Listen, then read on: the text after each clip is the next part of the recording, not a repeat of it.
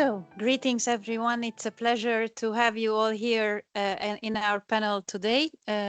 Originally, it was András Inotai to moderate our panel, but due to his unfortunate illness, I am taking up this position, while the organizers also invited me to express my views on the various questions. So I will try to have this double role, and I will try to manage it well. So I'm Anita Pelle, and I'm from the University of Szeged. And let me introduce our panel. Michele Chang from the College of Europe, Cordelia Buchanan Ponczek from the Finnish Institute of International Affairs, and Gergely Baksay from the National Bank of Hungary. Originally, our moderator, András Inotai, has prepared some questions for us, and we have agreed that we would more or less follow these because that's how we prepared. And however, there will be an additional topic that we have agreed to integrate into our talk or our discussion today. So first of all, the panel is on competitiveness. And I think we mostly agree that competitiveness is mentioned much more times and in much more ways than we actually know what we are talking about. So let us start with defining how we interpret competitiveness, why and how this is a topic for almost every period or presidency of the EU, but especially for the current one and the upcoming one, or this trio actually. And also the additional topic today is that there is more or less a consensus, and this turned out also in the plenary session, that Europe's competitiveness is deteriorating, that Europe is losing competitiveness.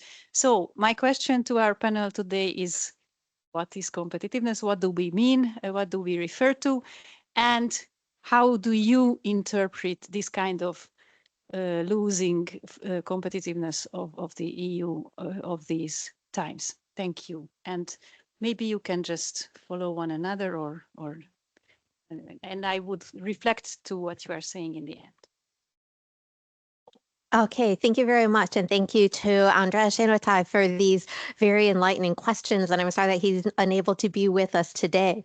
So the question of competitiveness, I think, is an interesting one when you start asking what is the definition. One thing that's been going around right now in different academic circles is whether competitiveness is actually a meaningful concept, or it is something that can be used and misused for political purposes.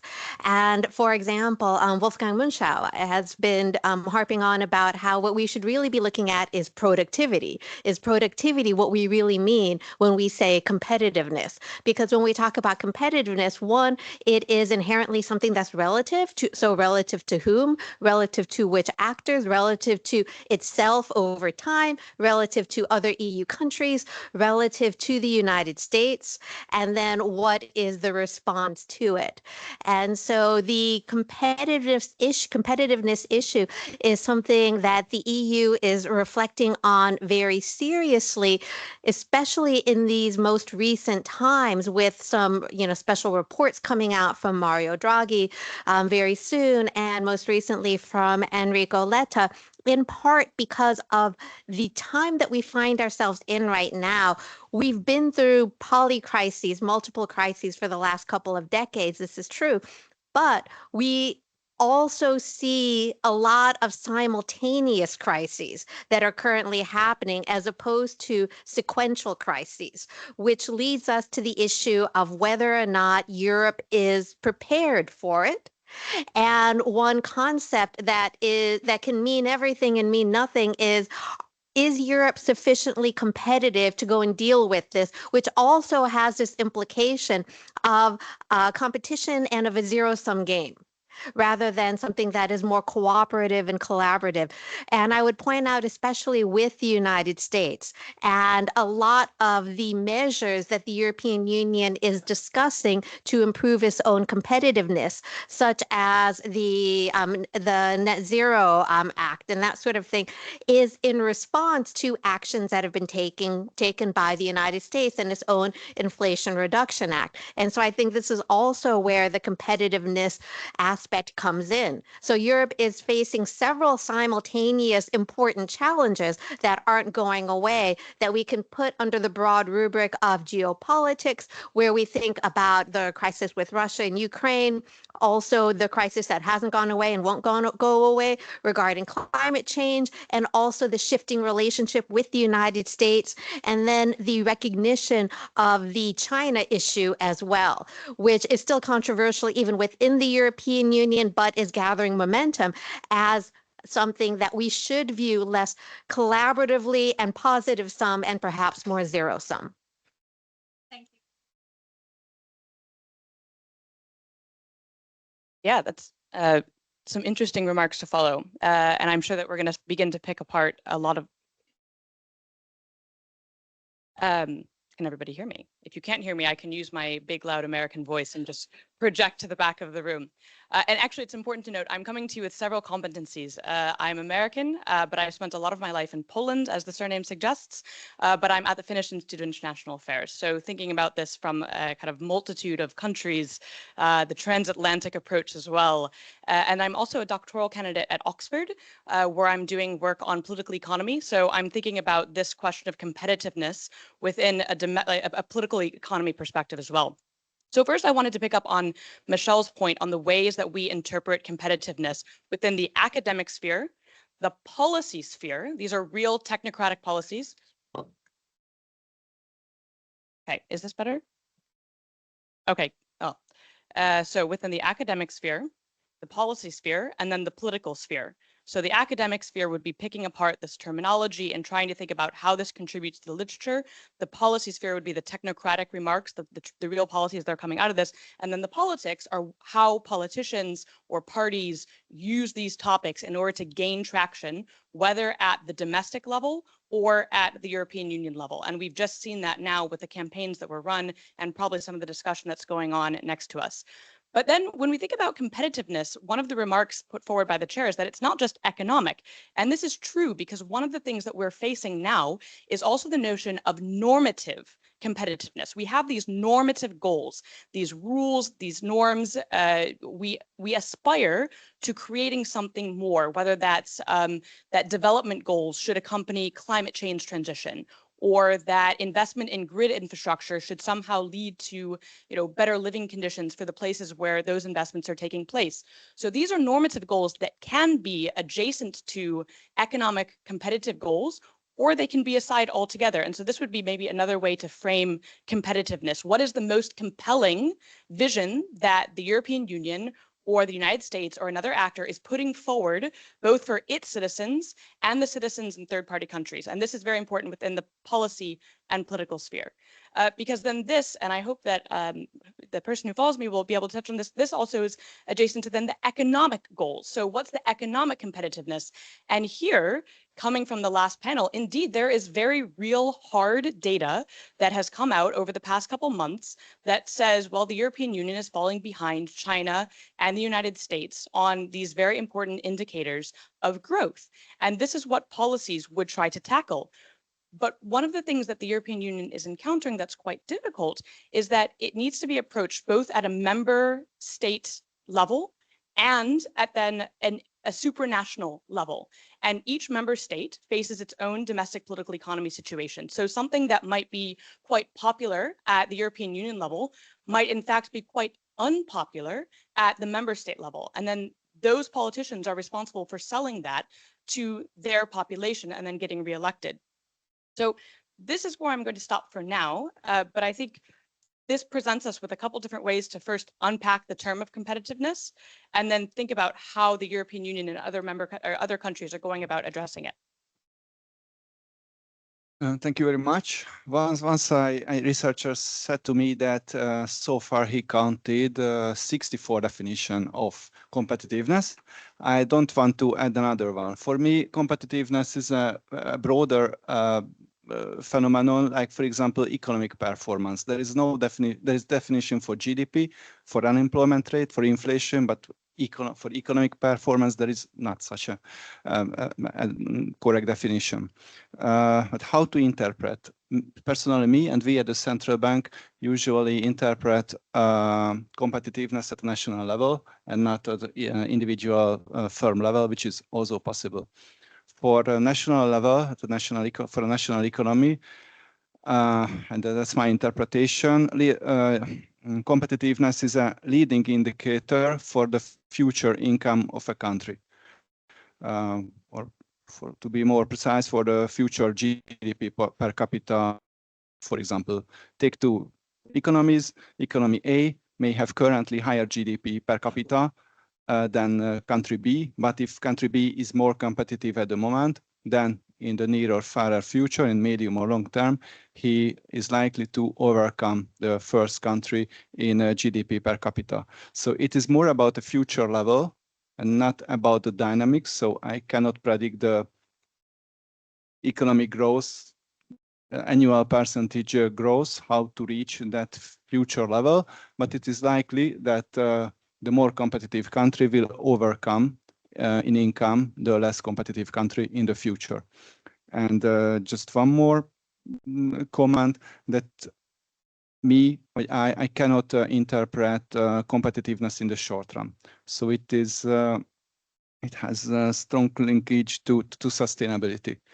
So a country without sustainability cannot be competitive.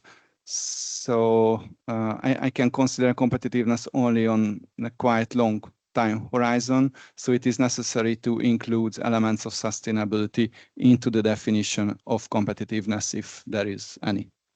Thank you. Thank you very much. For myself, I like to connect competitive, anyone, anywhere, to the competition. So you can only be competitive in some kind of a competition, like there is, and then we can interpret whether it is economic competition, whether it is competition for power in the global arena, whether it is political, whether it is maybe regarding the green transition and so on. So as Gergely was just mentioning sustainability, I would now like to add two more concept or new perspectives. One is this sustainability, which I'm not sure you mean sustainable competitiveness in the way of environmental sustainability. Maybe you can comment on that. So sustainability and competitiveness as one issue, and the other is this geopolitical and geoeconomic stance of our current times, which is definitely determining countries and even the European Union's competitiveness. Okay, so I think that's very interesting and important that you've juxtaposed these two issues of the geopolitics versus the sustainability issue, because in many ways they are fighting one another. Currently in the debates that we have on competitiveness, where we see on the one hand the actors who are in favor of continuing the European Green Deal that began some years ago and fighting against climate change and the like, and the very strong forces that they're probably talking about in the next room that had won the most recent elections that are going in the opposite direction and saying that we need to go and step back, we need to go and slow down this transition because this is hurting our competitiveness. And getting back to what you said earlier about how we can't measure this in the short term, this is also very convenient from a political perspective, where you can go and justify policy measures such as scaling back on the European Green Deal with the argument that we need to scale back in order to go and maintain our competitiveness, but it's not something you can easily be held accountable for by the time we have the next electoral cycle. Which is really nice to follow up on, because from a political economy perspective, I would interpret sustainability as how long can this continue? Probably the economic perspective will be, is this fiscally feasible? But then I guess the convenient thing is now is that many of these themes are overlapping. So sustainability from an environmental perspective, sustainability from a political economy perspective, and then sustainability from, a monetary fiscal perspective. And then, on the competitiveness, competing against someone, it might be important to note that we don't always have to be competing against a country or another state. We can, but we can also frame this in this kind of short and long-term horizons as competing against our country's future self. So where would our country be, or where would the European Union be if we don't implement these actions, these policies, and where are we otherwise? And so competing against oneself is also, I think, a powerful motivator. Thank you very much. I'd like to separate your question into four. The one is, what kind of sustainability do I mean? Every kind, because I mean GDP per capita can be high for a country which may fall off a cliff in 2 years because of some kind of lack of sustainability, then still GDP was measured correctly. But if you measure competitiveness for a country and you say it is competitive and it will fall off a economic cliff for endogenous reason in 2 years, that means that you mismeasured their competitiveness. And where is the competition? The competition is among all the national economies all around the world, because for political and other reason, countries and governments compete each other to show of higher GDP growth and GDP per capita. And yes, competition is certainly a very important part of competitiveness, because according to historical experience, competition is the best way to increase and promote good performance in every aspect of life, from economy to the sport as well. So without competition, it is hard to imagine competitiveness. It is possible to increase competitiveness for a while using mimicry or some the best techniques which other player used. But after a while, if you want to go through the frontier, then competition is certainly needed to improve your competitiveness further. So much for these insights.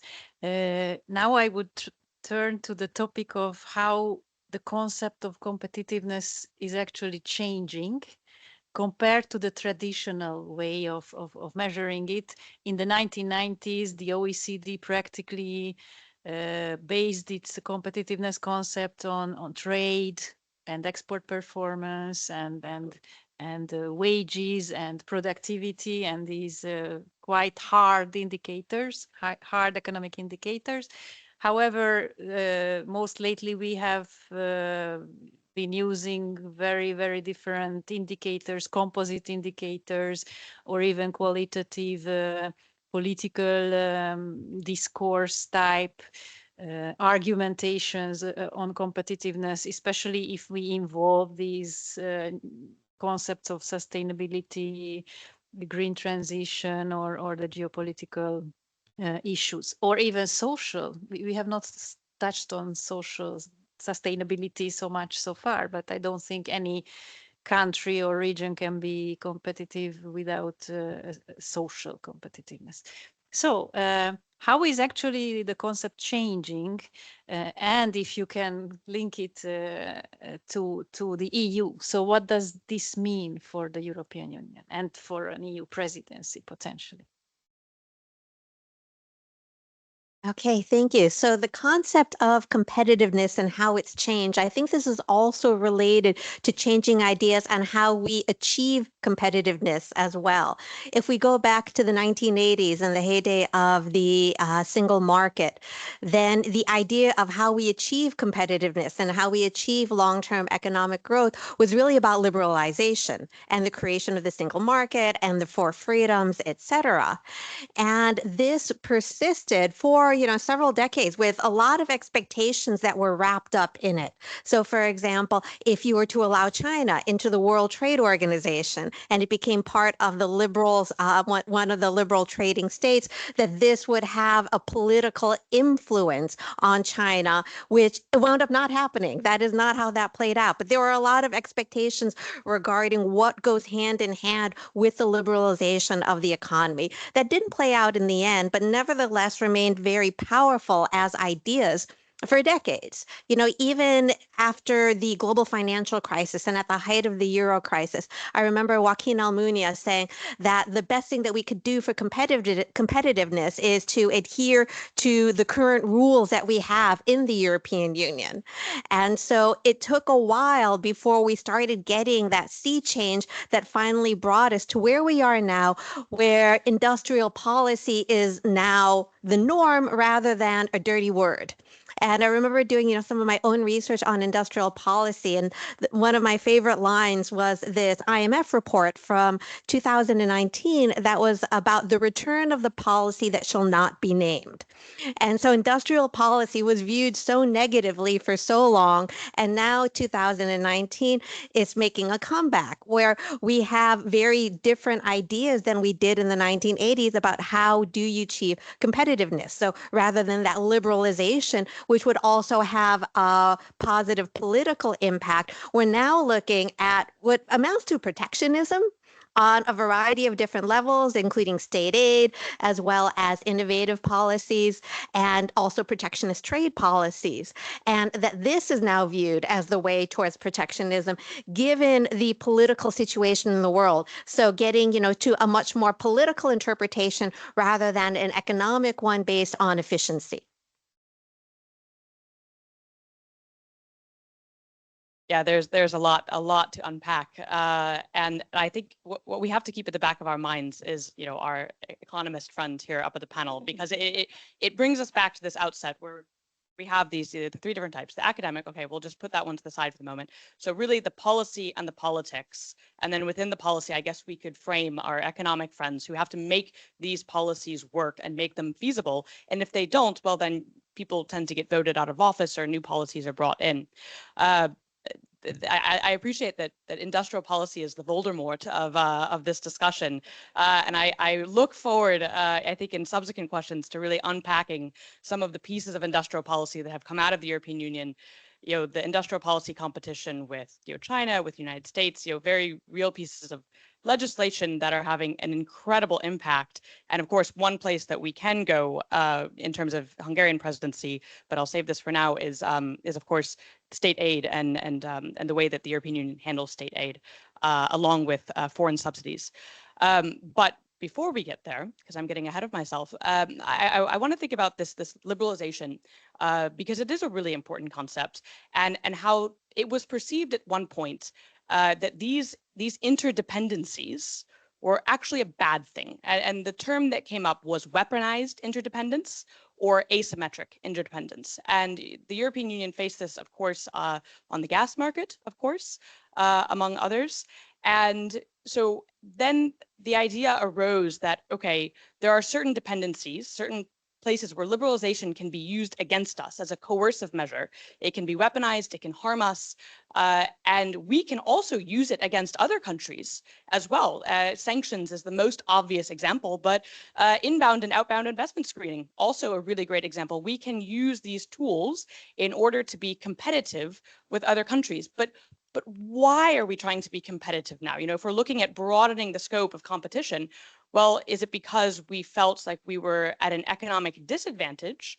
But then I think I mentioned in my first remarks, this normative element is really important. We do not agree with what X country, inserts large country, is doing, and therefore we will use these economic measures to act out against this country. And I think that this has become a large part of the competitiveness discussion, because there is a question, and I do not have the answer: when are we using economic tools for economic competitiveness means? And when are we using those same economic tools for normative means, when we're competing on something entirely different, whether that's, you know, the sovereignty of a country, or the way that we treat low-wage workers, or just supply chain dependencies and how reliable they are. And the opening of this discussion, to me, has changed the way that we think about competitiveness, because it has moved these goalposts from, okay, this is just market liberalization and we're doing what we can to be the best in the room, and now there's something else that's been added. Thank you. Great points to follow. To answer the first question, I would like to go back the first answer of Michele, that if I remember well, that competitiveness is very close to productivity. But I would like to add that not only current, but future productivity, because it's about the future performance and sustainability as well. And the question was, how did the approach of competitiveness approach of OECD and IMF to competitiveness has changed? So productivity in its simplest form is kind of output per unit of resource or costs. And I think in 20, 30 years ago, they focused how to keep the costs and the used resources low. And the two easiest approach was the depreciation and having low wages. And now the focus shifted onto the upper part of the, excuse me, what is that notion? Yes, to increase the production. Now and the future, even if it costs more, that can still increase productivity, and then productivity is competitiveness and so on. Very much.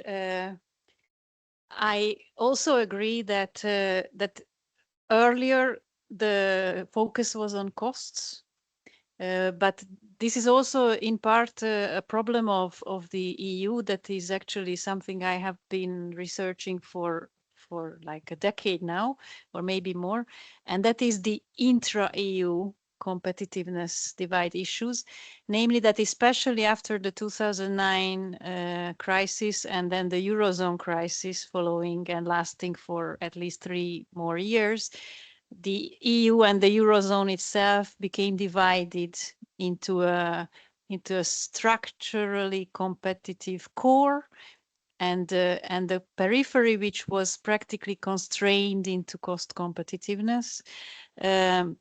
And the periphery of the Eurozone, because of the need to consolidate their public finances following the mismanagement of the Eurozone crisis, and also there were a lot of policy mistakes. And in the east part of Europe at that time, it was a competitive advantage to be competitive on the cost side. So this is how these peripheries and the core of the EU was divided, and the asymmetric interdependencies were also developing and even consolidating inside the EU. And with all this bigger picture and longer term issues of sustainability and geopolitics, now the question is for the EU in terms of a competitiveness strategy, not only how to compete with the global rivals, at least one of them a systemic rival at the same time, but also how to deal with its own, as you said, competing with its own self. So how to deal with its own problems, which are originally designed like the single market and all these measures, and then we can bring in policies like industrial policy, competition policy, state aid, and these things. So how this design is working in these new realities, because by the time they were created, at least the basics were created, it was a Europe of 6, 9, 12 members, very different times, very different countries set up, very different political dynamics, and a completely different historical, technological, and at times just think about what China was at that time. So how do you see, what would you say that the EU has as a role or as a kind of argumentation to build up in its own competitiveness strategy for the future? What kind of ideas could you bring in? And you can come back to industrial policy, state aid, as you said, you would be ready to do that, please. Thank you. I think that's a really interesting issue and related to the previous question that we were considering. If you look at what the European Union was doing and how the member states and everybody believed the international economy would work and should work from a couple of decades ago, this is how we saw the liberalization of the economy. This is also how we saw this shift to a service-based economy rather than a manufacturing economy. And then within the last last few years, realizing that this is a problem, actually. And this begins, but certainly doesn't end, with the shutdowns that occurred during the COVID crisis, and then realizing the vulnerability of having this liberal international economy and these multinational supply chains, the vulnerable position that that can put you in, and also the realization that your trade partners are perhaps not as committed as expected to this liberal international order. And so trying to go and protect yourself against the potential of being cut off from some critical supplies is part of the European Union strategy. It's a very important part. But there's also the element, like getting back to what extent is this about protecting the future of the EU or the future of the member states? And to what extent is this just protectionism and just saving inefficient industries?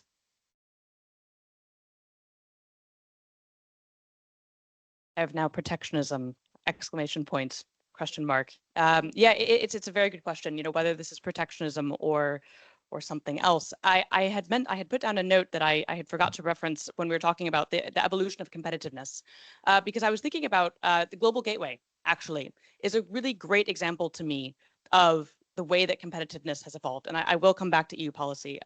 Global Gateway is, of course, an EU policy, but you've got China's Belt and Road Initiative, which it exists for various reasons, for China's domestic market, actually, interestingly enough, but it has been wildly popular in countries that need help with infrastructure and infrastructure financing. And then it was deemed that, well, this is actually a problem for us in the West, mostly the European Union and the United States. So then the European Union came up with its Global Gateway project. Well, at the same time, the United States is spearheading its Blue Dot Network initiative. So you have two different Western responses to a Chinese infrastructure project, which I find quite interesting because the whole point of these are funneling money into infrastructure projects within these countries. And so is this viable economically? Is it going to bring revenue? Is it going to bring some benefit? That's a great question. On some projects, yes. In others, no. It's just about being there in the ground and competing in new territory. So this, to me, would be an example of the way that competition and competitiveness has evolved. On EU policy, I think that two things that could be done differently, and this is maybe me coming with a bit of an outside perspective. The regulatory nature of the European Union, I think, could be cut back or somehow streamlined. This would be one. And then the next would be investing in R&D. And maybe this is when we'll start to get into a bit more of the policy side. The United States policies, industrial policy, specifically the CHIPS Act or the Inflation Reduction Act, there's a lot of R&D funding in there. And right now, the European Union just does not have the same level of R&D spending. And so if you're thinking about this on a firm or a company level, or if you're thinking about the future, future productivity, future workers, R&D has got to be a part of this policy. It has got to be a part of what's being built in, and it has to be easy to access. It has to be easy to facilitate. And right now it simply isn't. And it makes it a lot harder to be competitive when you don't have the money going towards innovation, going towards research and development of whatever the next big thing is. Thank you. I totally agree. But I would like to explain it in longer phrases as well. So if we would like to fix competitiveness, then we should go back to the origins of it. And I think there are two areas where it is hard to fix the lack of competitiveness of Europe because of some given things. And that is the grim outlook for demography. Or the migration can change the outlook, but European migration is very different to the brain drain of the US. And the second one is the lack of raw materials and energy. Of course, a kind of free fusion energy can again change the equation, but it is quite far in the future. But there is one area where Europe lost its competitive edge very much and can be changed, not easily, but realistically, and that is especially R&D and technologies. During the preparation for this panel, I found some, for me, very interesting numbers that the productivity of non-digital sectors increased about the same pace in the US and in Europe in the last 30 years, about by 10%, the non-digital sectors. But the productivity of digital sectors increased in the US by 200%, 130% in Germany, 60% in France, and 0%, excuse me, 20% in Italy. And that adds to the whole change of productivity, total factor productivity. So statistically, you can detect that there is only one sector where we started to lose this competition, and that is the digital industry, info communication, and digitalization. And why exactly the investments, R&D investments, and patents lagged behind that of the United States and later that of China. I would like to challenge you now. So you mentioned this problem of insufficient levels and maybe even pace of digitalization. You mentioned this problem of regulation as a burden, and you mentioned these maybe not the best responses to the changes compared to when the liberal international order was functioning according to the expectations. So my challenge to you is, so what would you say that the EU should do? I mean, it's easy to say that there should be less rules, or that there should be more digitalization, or that there should be, but how? So what kind of ideas do you have? And of course, I don't think we have to answer this question in this panel today, but I would like to just encourage you to share with us what comes to your mind, please. Well, the first thing that comes to my mind is picking up on something that Cordelia had said, and that is the importance of basic research. Because if you're going to be offering state aid and have it not just be outright protectionism and the government picking winners, that's the best way to do it. And that's the best way for the best technologies to actually come forward.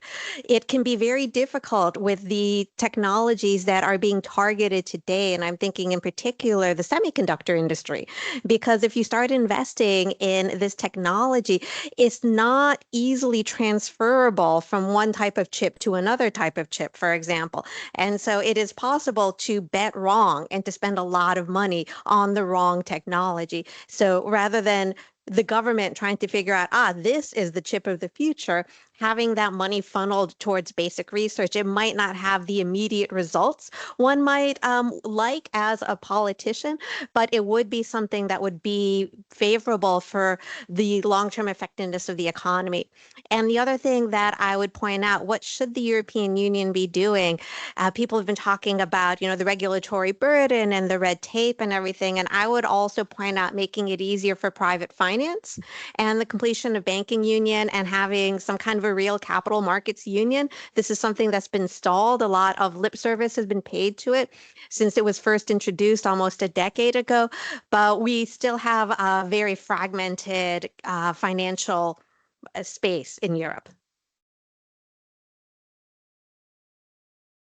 Yes, I 100% agree on the private finance side. And that's actually one of the strong suits of the BDN as opposed to Global Gateway, because Global Gateway is a lot of EIB money that's had already been earmarked and is now going into projects. But the BDN is really focused on kind of bringing together the Blue Dot Network, which is the US response to the Belt and Road Initiative. It's not actually the response according to the US, but which is a reliable source in all things China related.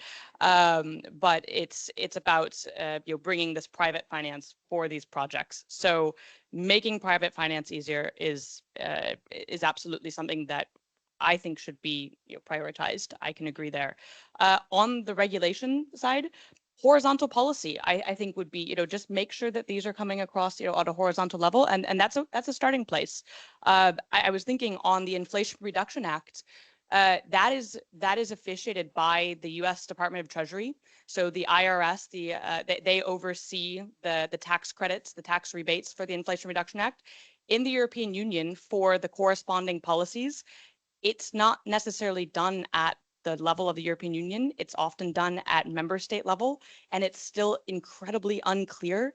The red tape on how to get these tax rebates or grants, it's the filing for paperwork. It's so opaque that there is no direct way to go about it, which is a real shame because they're not bad policies, but the way that they're being enacted makes it, I'm not going to say impossible, makes it the barriers to entry to participate in these policies are high, and that shouldn't happen. Then I think something that is not so much a policy, but rather a mindset is to securitize this or think about it. And maybe it's slightly controversial, and it's something that I'm still trying to understand myself as a researcher. So if the European Union treats this as a security issue, might it incentivize some different spending measures or some different policy measures? And this isn't new and exciting. This, it has been done before, and even NATO is prioritizing economic incidents right now. And so the European Union, I think, could do the same. And if you begin to securitize it, it does bring up questions of protectionism, and it does bring up, a whole new can of worms, but it would be perhaps a way to reframe the issue that would sort of light a fire under policymakers that might be necessary right now. Fortunately or interestingly, we are quite close to the conclusions of Letta report, which is interesting because it is very difficult to read that report. There is this nice phrase that it's a wall of text. It is the European Great Wall of Text. So it is 150 pages without any table and chart. It is an interesting approach. But what it says, that is a proposal for a fifth freedom in the single market, that is a freedom of free research and innovation, which you, Cordelia, referred before, to increase R&D expenditure. And it covers also the need for further financial integration in the Eurozone, which of course includes, I guess, private equity as well, which you mentioned. Unfortunately, I don't have a quick fix to increase competitiveness in Europe. My comment that unfortunately this single market does not really exist, and that is of course a disadvantage compared to the US and the China. Why this does not exist, the most simple explanation is the lack of common language and the different regulations as well. But I would like to add, maybe it's not anecdotal but hypothetical, but I can imagine that German commissioner can veto support for a French company, and then a French commissioner can veto the support for an Italian company, and so on. And a more common approach for European industrial policy, which may be formed in the future. It is likely that it will get a better shape in the future. So that is necessary, a more common approach in Europe. Thank you. I make the conclusion to this round that the EU practically has the plans, has the knowledge, even has the constructs like the Capital Markets Union or the industrial policy or whatever, but maybe the problem is with the delivery or on the promises. and then that this brings up a next question, which is, if a policy is not succeeding enough on the delivery, then the policy is not the best. Isn't it the case? So I think it's really difficult, and it's difficult for us in a panel like this to talk about this. But for a last round of my questions, and then I would like to open up the discussion. I would like you to somehow summarize, or you can also bring up new aspects of how you see the future of the EU competitiveness, and how do you see the likelihood of success, or maybe if you or yes, it's very difficult to be any more precise than that, and I also would not like to narrow your thinking into any kind of direction. But for the future, what kind of potential visions, challenges do you have in your minds? This is something that has often been said, that we know how to fix a problem. For politicians, they know how to fix a problem. They just don't know how to get elected or reelected after they fix the problem. And so how are you able to go and square that circle? I would point out the myriad of reflections that were undertaken as a result of the Euro crisis. And these ideas didn't stop becoming good ideas. These ideas just stopped having a lot of political relevance and currency when we were no longer in a crisis. And so as for, where I see this going, I think that the European leaders are likely to interpret a lot of these ideas that may at their core be very good ideas for supporting industrial policy in some instances, but the implementation is going to be suboptimal, and that Europe does make its biggest leaps and bounds in the context of a crisis. And I don't think that the one that we're in now is severe enough to see that. I still think that there's an awful lot of complacency. Yeah.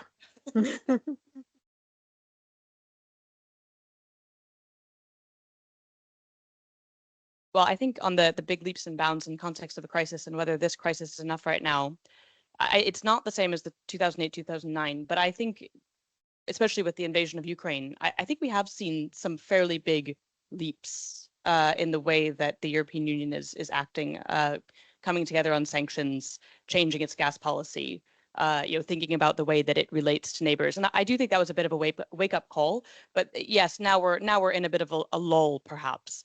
That's true. Goodness, if I could tell you, where this policy should and would go, I wouldn't be sitting on this panel. I would be somewhere else right now in Brussels. I don't have the answer.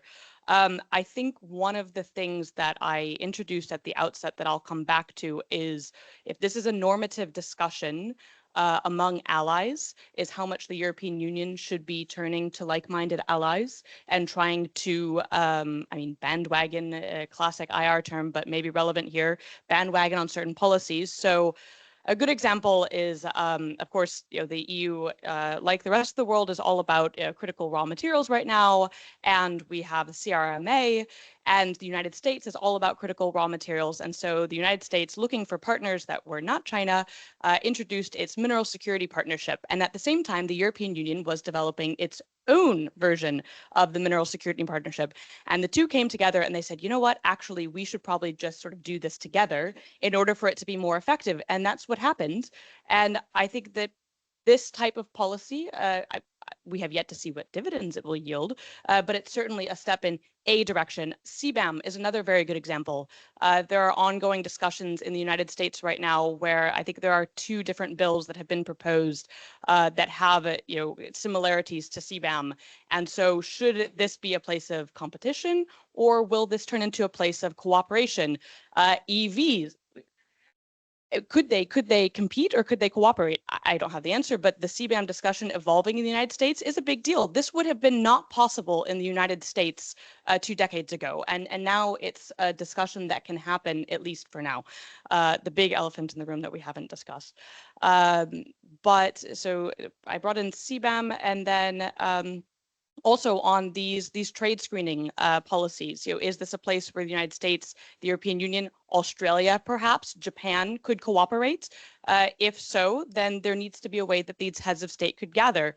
And then, oh yes, EVs was my final. There was a huge discussion between the United States and the European Union on EVs, and then of course, electric vehicles, yes, sorry for the jargon. Electric vehicles, and then China as well was obviously quite a thorn in the side of the European market. And now, just this week, the European Union is taking steps against the Chinese electric vehicle market. And so these things can be done. Is it being done alone, within the European context, or is it being done with allies? These are paths to explore, and I think they're very important. The last thing, sorry. Just a question. Oh, yes. The elephant in the room Is the U.S. elections is the elephant in the room. Yeah. We won't unpack this now, but it is there, of course. A lot of these policies that are cooperative right now could turn competitive very quickly. But think of the local level, because I really liked your point on the lack of cooperation perhaps being a linguistic question, but also think with industrial policy or with any policy that's coming out of the European Union. We brought up this domestic political economy point at the very beginning, but it's true on the smallest of small issues. So I flew in from Warsaw this morning, where coal mining is still a major industry. No one is going to get reelected who's talking about closing coal mines without some sort of policy in place.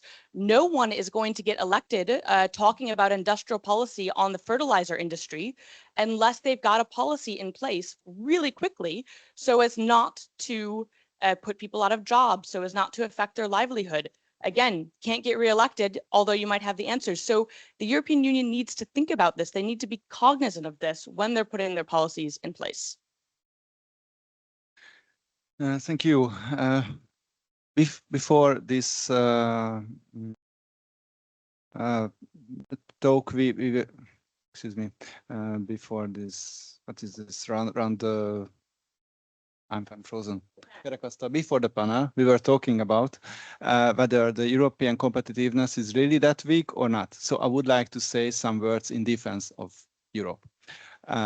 I can defend it for 3 minutes, not more. So, because in some approach, EU competes with the US not in the terms of nominal income, but in the quality of life. And then GDP per capita in the Eurozone is a little bit less than 80% than in the US. But at the same time, the value added per hour or productivity per hour is a little bit over 90%. But Europeans work less. Europeans work about how much? I don't know, maybe 80% of that of the Americans, and which brings somewhat better quality of life, but not in nominal terms. And then we are still at the GDP, and there are many shortcomings of GDP. And maybe the difference can emerge, or part of the difference between US GDP and European GDP, that in the US, more services are marketized than in the EU. For example, private healthcare and education instead of public ones in Europe, using of babysitters instead of kindergartens, drive-through restaurants instead of cooking at home. And these all increase GDP in the US, but hardly makes any difference in quality of life, even if GDP is higher using a babysitter than using a public kindergarten in Europe. So I think that the quality of life is much more closer in Europe, might be even higher than in the US, than you would think based on GDP per capita. That was my 3-minute speech in defense of Europe. But the outlook is still somewhat grim for Europe, because all of what I mentioned, but especially due to the demographic outlook, and also the lack of raw materials, energy, and the slipping down in the technological ladder compared to the US and to China. Last point of yours reminds me of the time when this new commissioner portfolio European way of life was found out, and I was like, what? It didn't make too much sense, and it didn't sound serious to me in the beginning. And then I started to think about it, and I read the justification or the explanation. And actually, yes, if you look at people in the world, almost both Europeans and non-Europeans, everybody thinks that the best place on the earth to live is Europe. So that, or no, well, not everybody, but there is a consensus about this, and that in fact, we are eventually talking about people and their lives. So it does make sense to somehow articulate the European way of life and to make steps towards preserving it or even developing it. And this is also a kind of a competition, although very, very difficult to to express in any kind of numbers. Thank you so much for answering my questions. And now I would like to open the floor for a discussion with the audience. And I'm asking whether we should use the microphones or we can just talk. Yeah, yeah. Is there online streaming or anything? Yes, we are streaming. Yeah, okay. So we do need because otherwise I think we could hear each other well enough. Thank you. Andrea, please. Okay, my name is Andrea, that I work here in the Institute. So I wonder, what do you think on the fact that I think in many cases competitiveness contradicts climate protection and environment nature protection. So for example, when the states give lax regulation for the companies in the name of competitiveness, so losing kind of pollution regulations or things like that, this can harm the environment. And then in the name of the CRMA, for example, Europe will open lithium mines and other kind of projects which also pollutant, so in contradict of the nature. And there are many who say that if we want to adapt to the climate catastrophe, which is possibly coming, or if we want to have sustainability, then we have to consume less and we have to produce less. And we have to use, for example, an electronic device for much more time than so far. So all this contradicts to the GDP growth and to the competitiveness. So what do you think on that? Thanks.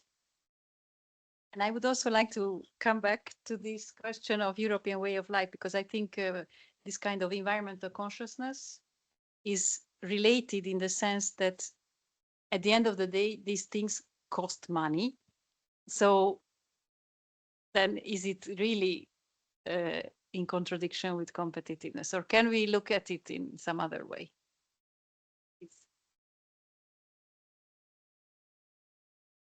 Yeah, I'm happy to start it because it's an important question. I'm somewhat optimistic in this question.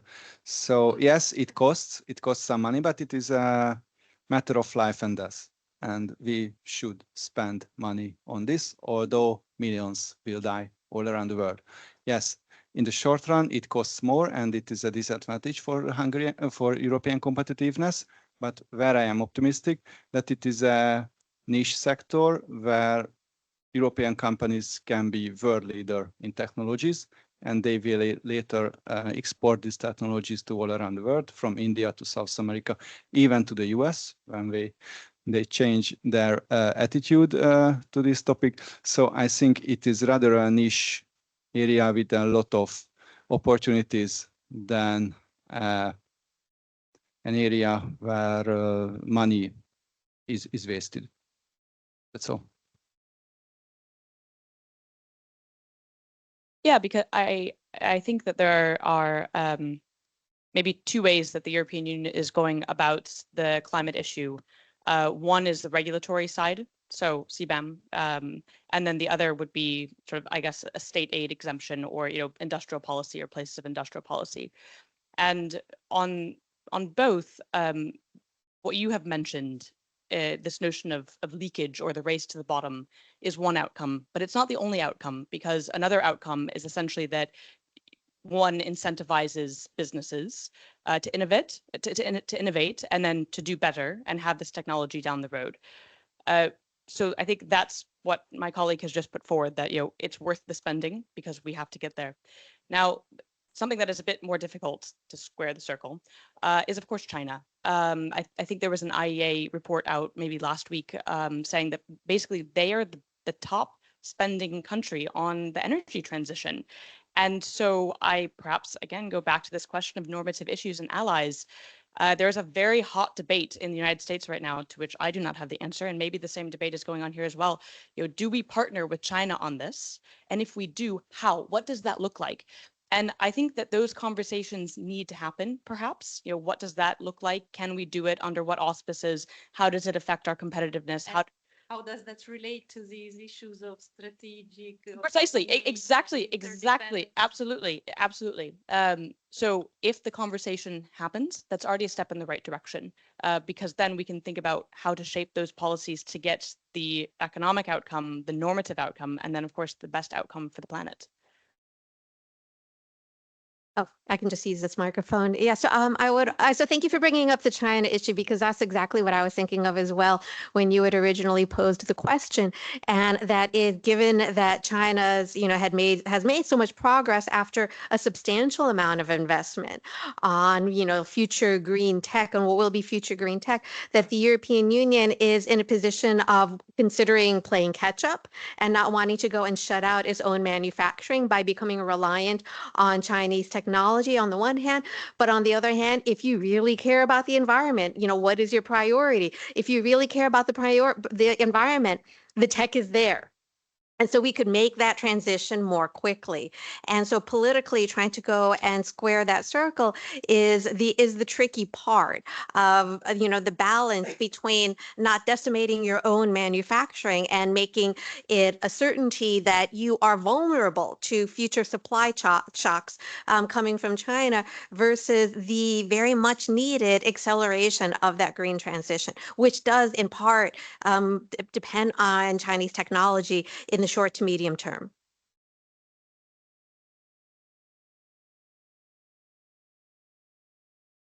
My optimism is somewhat solidified by research, because there is a review of McKinsey, and it says that among the 10, what are these frontier technologies, Europe leads only 2 before China, Japan, and the US.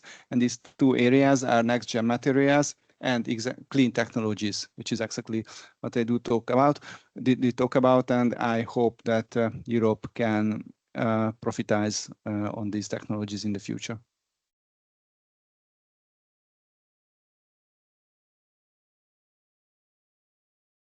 Yes, thank you.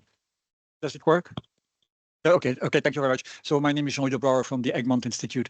I had initially 2 questions, but they become more comments after having listened to the last development of your conversation. The first one was that actually the Commission itself is now defending the concept of economy of well-being. If you read the 4th and last report, strategic foresight report of the Commission, it's all about that. Building upon that, they are promoting the idea of a new way of calculating GNP, which goes exactly in the direction of the intervention of Mr. Baksay. My second comment was about the Green Deal. When it was presented in the very early weeks of the von der Leyen Commission, the Green Deal was introduced as a growth mode. It was a growth mode. Well, 5 years after, are we there or not? I mean, and if we are not there, what did we do wrong? And what was not done to indeed transform the Green Deal into a growth mode? And I would add, if you allow me, a last question and comment about that. What about strategic autonomy in this discussion?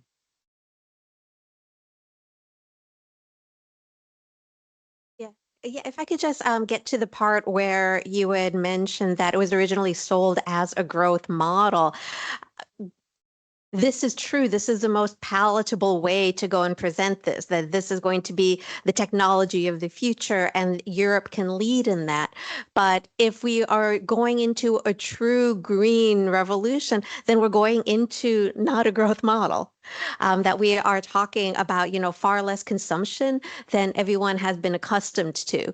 And so are we there? We were never supposed to be there. I mean, I think that was a bit of a political sleight of hand to go and present it as a growth model on the one hand. And on the other hand, if you did want to go in that direction, I think that it would have needed more investment than what the European Union was and is prepared to deliver in support of the European Green Deal.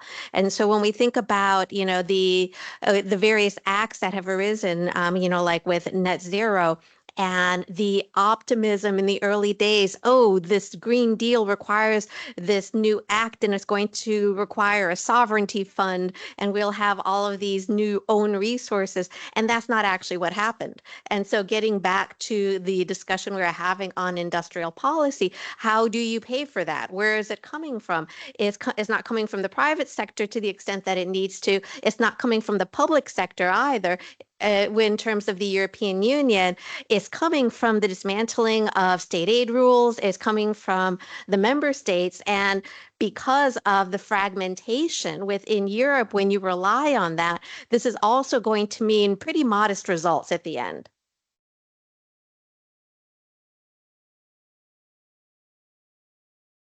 I think this gets back to what we already discussed to a degree on the way that the European Union has approached the energy transition. So whether it's more regulation-based and punitive measures, or whether it's just pumping a lot of money into the system as the Americans are doing. And then this, of course, brings us back to the question at the outset of the timescale. What is this going to look like in 5 or 10 years for the Americans? And should the Europeans be doing the same thing? I think I'll refer back to my point on the horizontal, so kind of doing regulation at the horizontal level, the way that tax credits are given out, trying to make the system more simple, trying to get money into hands faster. But then will it end up panning out? Will this be enough? Will it be transitional, or will it be able to help us transition on the economic sphere in addition to the energy sphere? And I don't have the answer. If it works, it would be great. It would be a green revolution. But if it doesn't work, well, then it will be another failure, and that will really, politicians will suffer for that. The planet will suffer, and individual companies will also suffer. On strategic autonomy,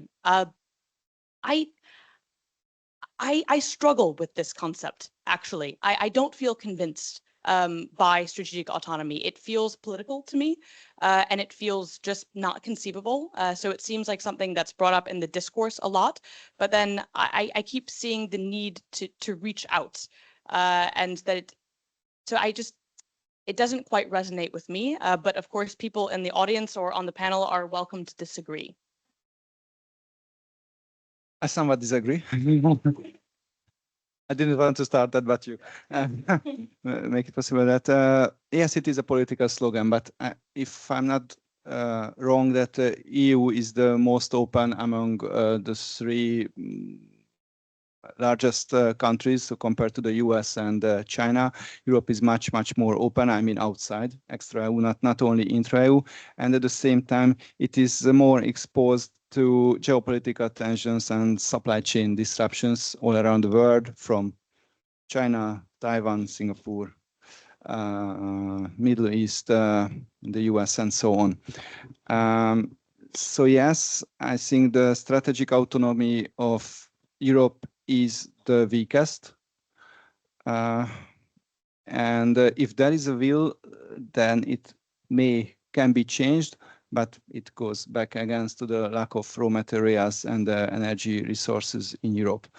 I would like to address another part of the question, because new kind of metrics of standard of living and GDP were mentioned, and I would like to insert a short advertisement here, because the Central Bank of Hungary, so Hungarian National Bank, published a book this year on sustainable GDP, where we summarized approaches of sustainability and well-being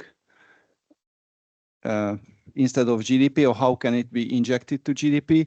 And we also put forward 2 different type of approach to do it. These approaches are rather a no-cost for kind of sustainable GDP. We call it sustainable GDP. So it is a no-cost for sustainable GDP and not a statistical method. But I think on the long term, a kind of statistical method should be developed, which take into account the use of natural resources, of course, even social resources, and maybe the sustainability of finances as well. Of course, it is very difficult, but I guess at the beginning, the measuring of value added in an economy 100 years ago was seemed to be quite difficult as well. But the GDP as approach is close to 100 years old, 90 years old, so it should be and could be renewed. There is a long way to do so, but we dealt with it in a book. It is freely available on the website of MMB. It is called Sustainable GDP. Thank you for raising that topic. Before giving you the word, I would just like to add one sentence. I think that when the European Green Deal was published, at least the European Commission did think that it was possible to have this kind of growth strategy, so to achieve growth, like green growth. I think they were convinced. They saw it as the way, and these problems that you mentioned, that things did not turn out the way they had imagined. I think we can see it now from looking at the issue 5 years after its publication. But I at least that's what I can recall, that at that time it sounded like imaginable or feasible. Oh, sorry, please go ahead.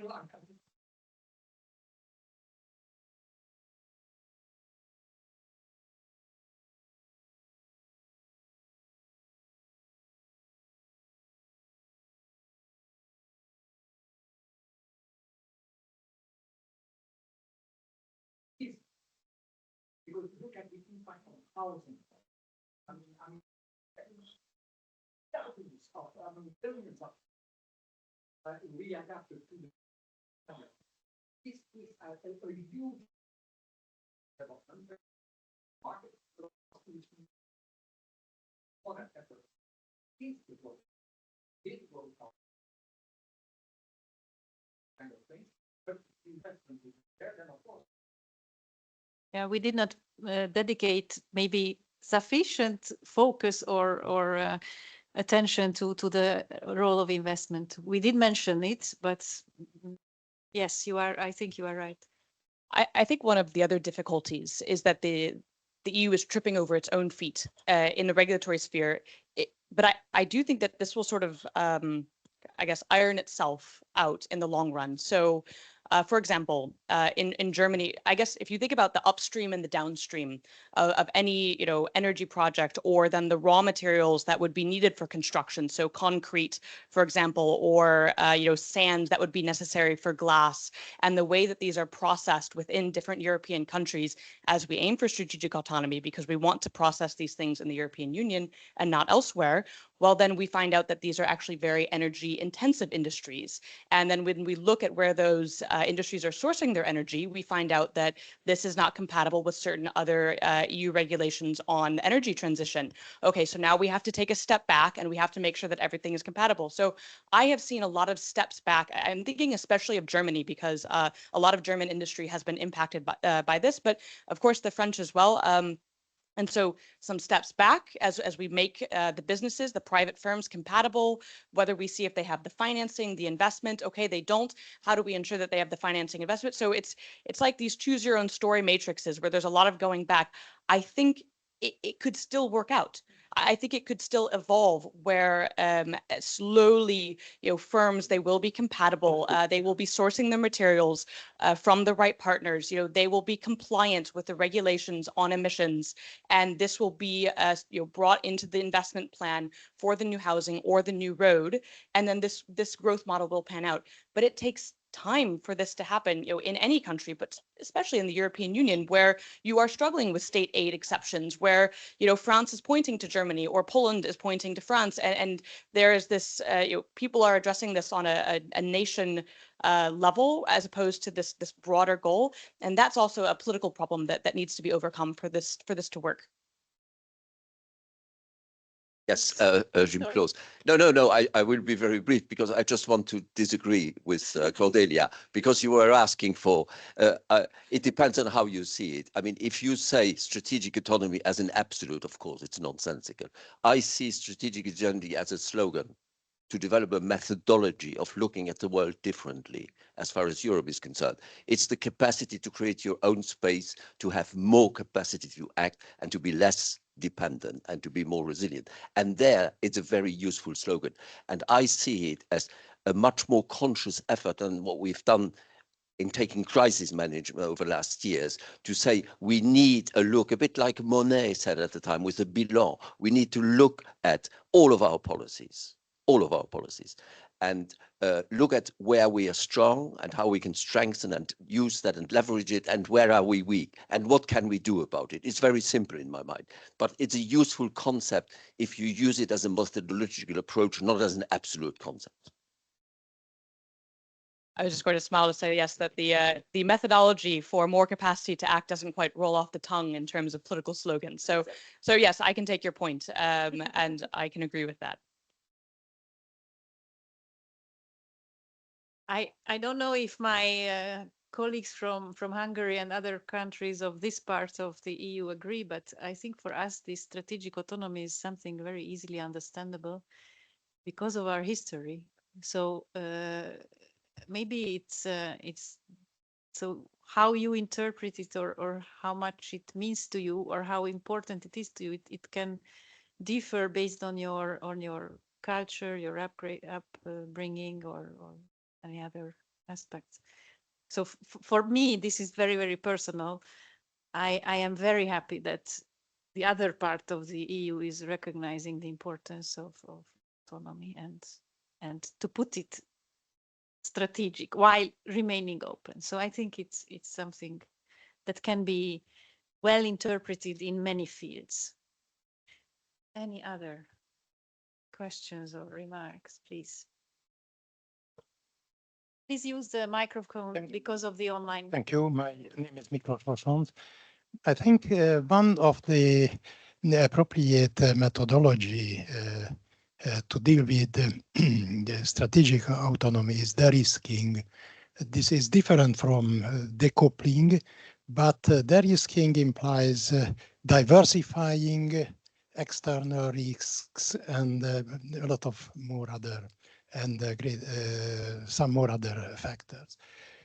I would like to join to Gergely Baksay about the per capita GDP of the US and the European Union. I think there are some other factors which should be considered, and they diminish the difference in the per capita GDP of the US and the EU. First, there are much more prisoners, much more people locked in prisons in the United States than in the EU. The costs of prisons does not contribute to real GDP in terms of quality of life, and this difference should be considered. The other factor is the climate. In the US, much more energy is used for air conditioning in the summer and heating in the in winter. Another factor to consider is the military spending, the defense spending. If we discount these factors and elements, then I think the difference between per capita GDP in the US and the EU is much less. Another factor, it comes to my mind, the public transport, for example. In the US, the car penetration, the number of cars per 1,000 people is much higher than in the EU. In the EU, public transport is much more developed. So I think these factors underline the better quality of life in the EU, in Europe in general. Thank you. Thank you very much. Would you like to? I would just, Yeah. yeah, if I could just, like, briefly say one, going back to the elephant in the room, was that what it was? And linking it to the strategic autonomy question, I think the point about military spending in Europe, that's got to change. No matter who wins the next election in the US, that's got to change. Yes, my response that our book deals with most of these areas that Mr. Rochons mentioned, and I can recommend the two approach of the central bank, but I recommend also the genuine progress indicator, which is an indicator which takes into account, I think, statistically all of these areas which you mentioned, and they add or retract them from GDP. And it shows that actually the genuine progress indicator of the US, for example, didn't increase since the 1970s. Is this indicator of No, it is an international indicator. It is calculated for many countries and for some states. I mean, states in the United States, inside the United States, but it is not calculated for Hungary. We use a different approach, but this genuine progress indicator, I think, is a very good approach. Genuine progress indicator, but it is not our indicator. It is a, I don't know. I don't know who developed it. Not ours.